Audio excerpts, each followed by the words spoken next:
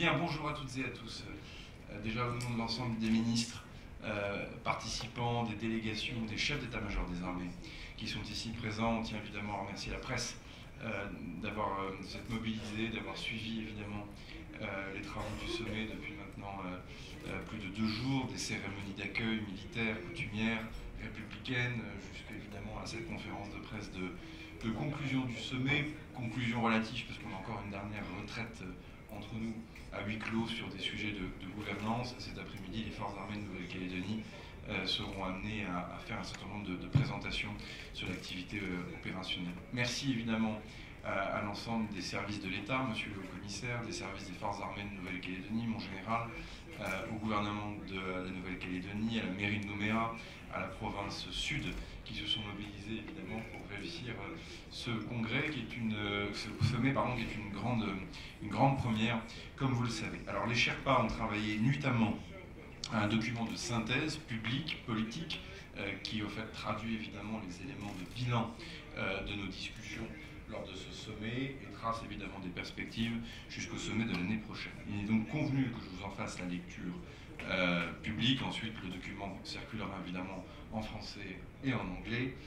Et l'ensemble des collègues ici présents répondront, le cas échéant, aux questions telles que la presse voudra bien nous les poser.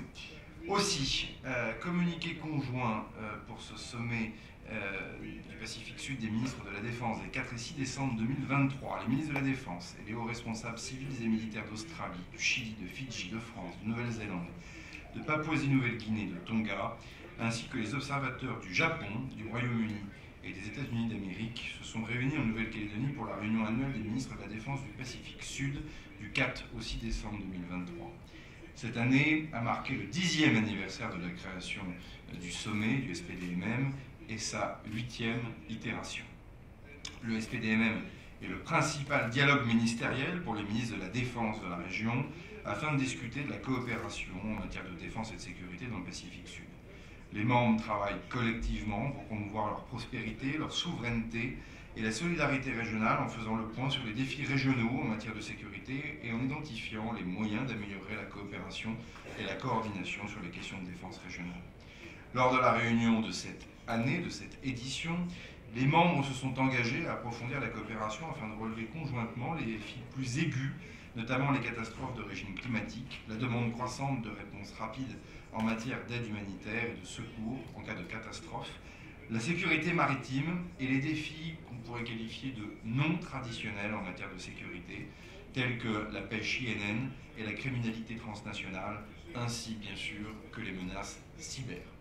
Les membres ont également discuté de l'impact de la compétition stratégique sur la stabilité du Pacifique Sud. Premier point sur l'interopérabilité entre nos équipes et nos forces. Les membres ont noté que le SPDMM fêtera son 10e anniversaire en 2023 et ont donc réfléchi aux progrès significatifs réalisés en matière d'interopérabilité au cours de la dernière décennie. Les membres sont convenus de mettre à jour le cadre POVAI Endeavour, un cadre d'exercice en coopération, pour y inclure, entre autres activités, l'exercice Croix du Sud, bien connu, et l'exercice régional Longreach.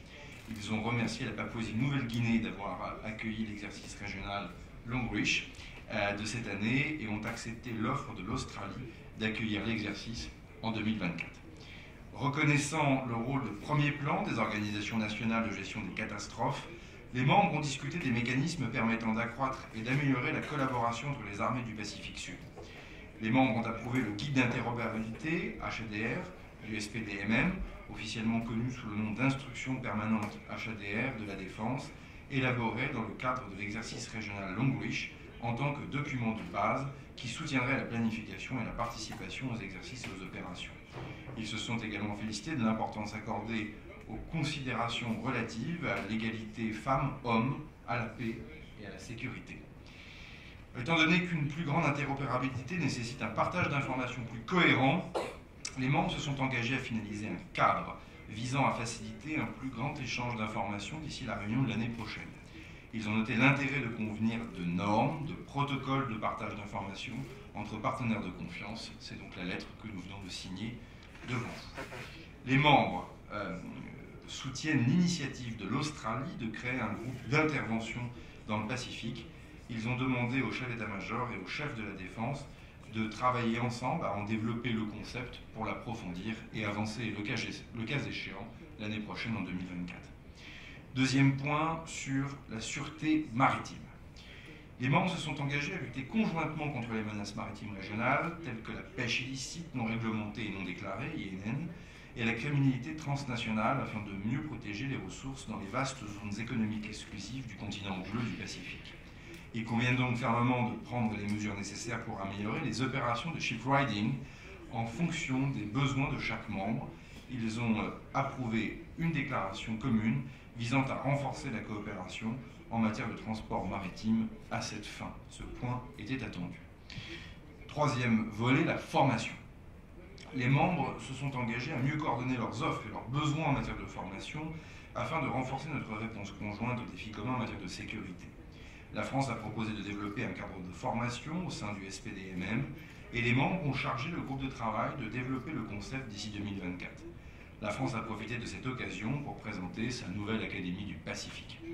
À la suite d'une initiative du Chili, les membres se sont engagés à créer un réseau universitaire du SPDMM afin de jeter des ponts entre les institutions universitaires de défense pour améliorer le partage des analyses de sécurité. Les membres ont souligné la nécessité d'élargir le partage de la recherche sur les technologies et l'innovation. L'Australie a proposé de faciliter l'établissement de liens plus étroits entre les chefs religieux et les aumôniers qui soutiennent les forces de défense dans le Pacifique Sud. Les membres ont accepté l'offre de l'Australie d'accueillir l'édition 2025 du Forum des jeunes dirigeants du SPDMM que la Nouvelle-Zélande a organisé cette année avec succès. Quatrième point, la résilience face au changement climatique et ses effets. Les membres ont soutenu la feuille de route proposée par la France pour rendre opérationnelle l'étude SPDMM 2019 sur l'impact du changement climatique sur les infrastructures de défense et de sécurité. Les membres ont convenu de créer un groupe de travail intersession de niveau officiel pour faire progresser la mise en œuvre de l'ordre du jour croissant du SPDMM tout au long de l'année. La France présidera le premier groupe de travail qui se concentrera sur le changement climatique. La Nouvelle-Zélande a présenté une mise à jour des progrès réalisés par le SPDMM pour relever les défis non traditionnelle en matière de sécurité, qui sera soumise à l'examen des membres du SPDMM et publiée l'année prochaine en 2024. Enfin, cinquième point sur la gouvernance, les délégués ont remercié la France, et je la remercie à mon tour, d'avoir accueilli le SPDMM 2023 en Nouvelle-Calédonie et ont convenu que la Nouvelle-Zélande accueillerait le SPDMM, chère Judith, Madame la Ministre, en 2024, afin de garantir des liens solides et une coordination étroite avec l'architecture de la région. Les membres sont convenus de partager les résultats de cette réunion, de ce sommet SPDMM, avec l'ensemble des dirigeants du Forum des îles du Pacifique. Voilà la déclaration telle qu'elle a émergé de manière consensuelle avec l'ensemble des Sherpas suite aux discussions qui ont été tenues à haut niveau par les différents ministres. Nous sommes donc à votre disposition pour répondre à l'ensemble de vos questions en vous remerciant.